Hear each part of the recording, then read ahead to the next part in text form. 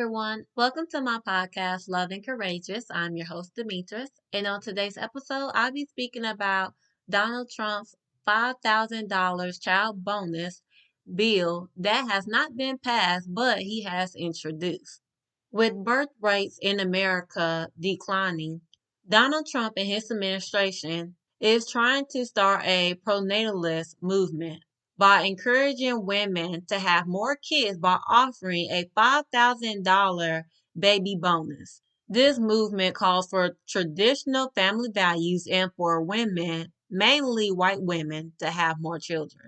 Not only is the Trump administration offering $5,000 bonus, but they also propose other things, including educational programs about menstrual cycles and ovulation, allocating a larger percentage of Fulbright scholarships to married applicants or those with children. Also, they was thinking about increasing the child tax credit, and any woman that has 6 kids or more will be given a medal. So the birth rates in America has been on the low. The Centers for Disease Control and Prevention reported that the number of births in America increased only by 1% in 2024, totaling more than 3.6 million. The fertility rate stands at about 1.6 births per woman. That is below the needed fertility rate for the population to remain stable, which is 2.1. But here's a few issues with this little idea that the Trump administration has because one, the cost of living has went up, but also the cost of giving birth in America has skyrocketed. So the cost of giving birth in America is approximately $18,865. And for a C-section, it costs $26,000. Even with insurance, families typically pay nearly $3,000 out of pocket. Also, a $5,000 baby bonus would even cover 3 months of infant care in some states. In Connecticut, a full-time infant care averages $355 a week, almost $19,000 a year. That's more than in-state college tuition, diapers, formula. And also, infant care costs more than a mortgage in some states. The average cost that people have spent raising a kid until the child reaches the age of 18 is $300,000. But also, some people don't even have $3,000 in their savings account. Rent is high in a lot of states. Depending on what state, you're looking at $1,200 or more. Some states rent be up to $3,000. So this is not a good idea whatsoever. Also, with the administration trying to get rid of the Department of Education, with them wanting to get rid of Medicaid, and also Head Start, food stamps, all this other stuff, and also with layoffs on the rise, who in the world will want to even have a kid at the moment? Things are too expensive in this country to be thinking about a family. With abortions being banned in a lot of states, here's another issue. What about the protection for the mother? There are women out here that have pregnancy complications. What about that? Women need the treatment. Women need the support for them to be healthy and also for the child. So the issue that I have is that they want to take all these things away, but they don't want to increase minimum wage to help people be able to afford their rent or their, other bills out here. There are people out here working 2 and 3 jobs just to make a way. Also, with the fact that they want to take away women's rights. So therefore, a woman's well-being, her health, it matters. Okay? Without a woman, there is no humanity. So if a woman needs a certain type of treatment or she's having pregnancy complications, but you want to stand here and be like, oh no, you can't do that because that's the baby, pro-life, and all this other bull crap. So therefore, the woman can literally die just because you want a baby because the population is decreasing. Like, what the heck?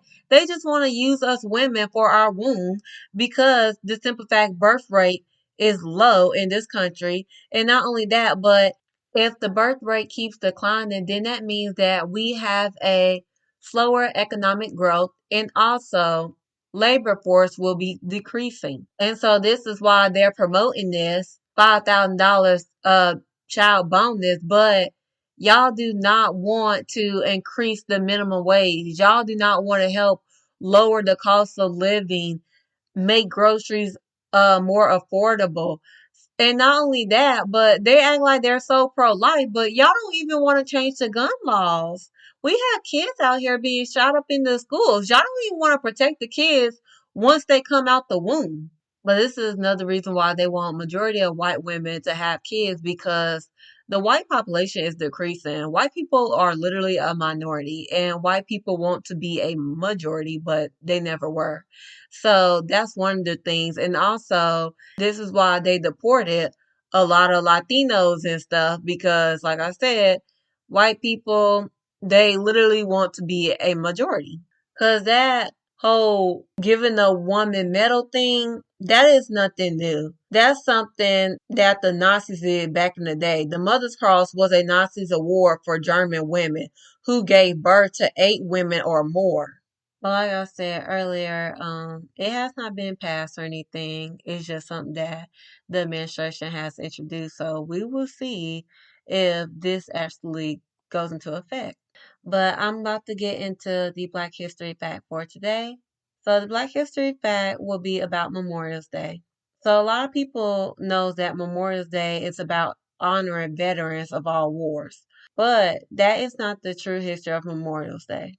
Memorial Day really started due to the Civil War, where approximately 620,000 soldiers died.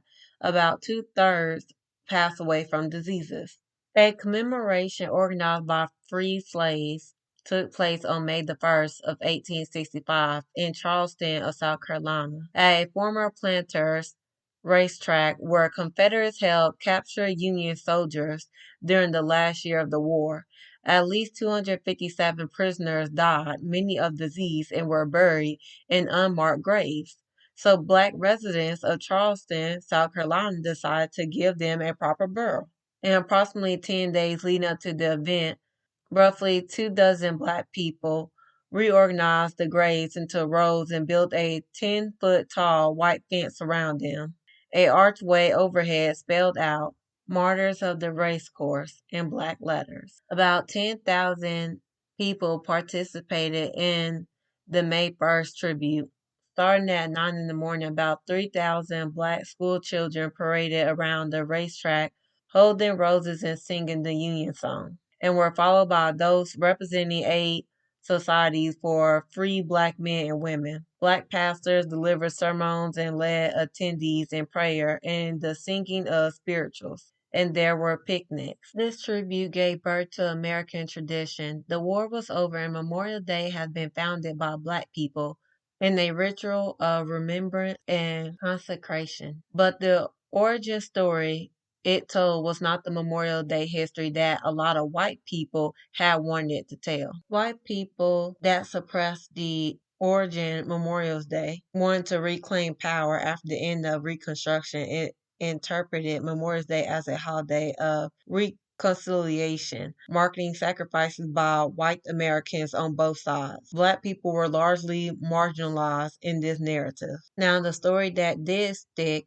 involves a 1868 call from General John A. Logan, president of a Union Army veterans group, urging Americans to decorate the graves of the fallen with flowers on May the 30th of that year. The ceremony that took place in Arlington National Cemetery that day has been considered the first official Memorial Day celebration. Memorial Day became a national holiday 2 decades later in 1889, and it took a century before it was moved in 1968 to the last Monday of May, where it remains today. The fact that the Free Slaves Memorial Day tribute is not remembered as it should be is symbolizing the struggle that black people will have to keep fighting to be fully recognized for their contributions to American society. That is all for the topic for today, and I will be posting 2 episodes a week.